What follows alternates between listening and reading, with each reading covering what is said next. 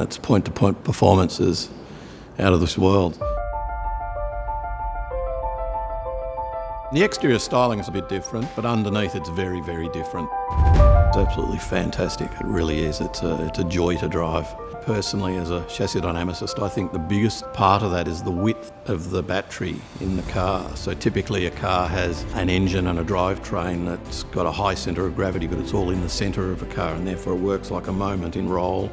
But this car's got a big flat battery in it, so it's got to lift the energy on the inside to actually upset the car. So the car's got a very flat roll dynamic. So it drives like a really light, nimble, pointable, direction change race car almost. It's fantastic. It's so enjoyable to drive.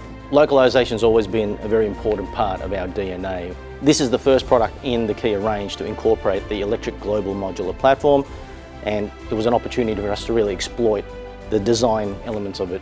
What that means is that the battery forms a very fundamental part of the overall vehicle structure between the front and rear wheels, and then we have front and rear e-axles that can either have a motor or not have a motor.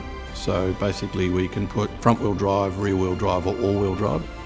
We're strongly committed to it. Even though there were challenges posed with COVID, we ensured that for this very important product, the EV6, that we still incorporated a local ride and handling program.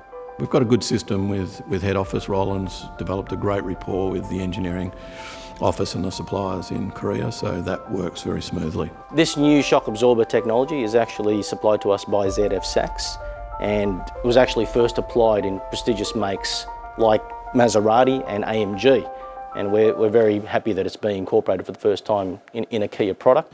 So this is the rear shock absorber out of the EV6, and it's a frequency selective damper as opposed to a piston speed selective damper. So what that means is when we're running down a country road that requires a lot of body control with big undulations, a bouncing sort of road, the damper generates a lot of energy and controls that body motion and the weight of the car.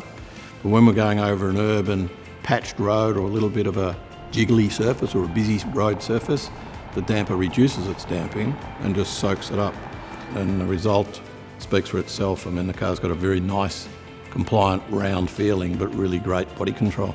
I can't say that what's being tuned for Europe or what's being tuned for North America or the Korean domestic market for that matter. I'm not saying that that's wrong. It's just not the ideal fit for Australian conditions. Fundamentally, for the European market, it's tuned on smooth Bavarian roads. In contrast, in North America and even Korean domestic market, there's a lot of concrete block freeways. Our conditions are a little bit different to that, and we've got to therefore localise and make sure that it's right for Australia accordingly.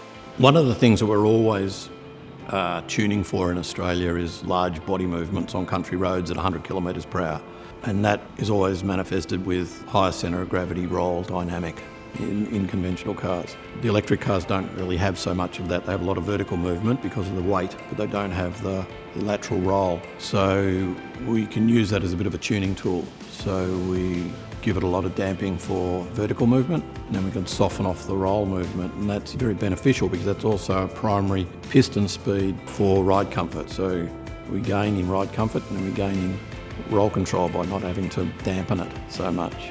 We've seen an evolution in platforms. We've seen an evolution in suspension geometries as well as damper technology. And if that trajectory is maintained over the next 5 years, then there's definitely a bright future ahead in terms of vehicle dynamics, safety and ride and handling overall. Astonishing performance. I just love driving the car. It's a car that it just wants corners. It's so engaging and so rewarding to drive. Great car, best car we've ever made.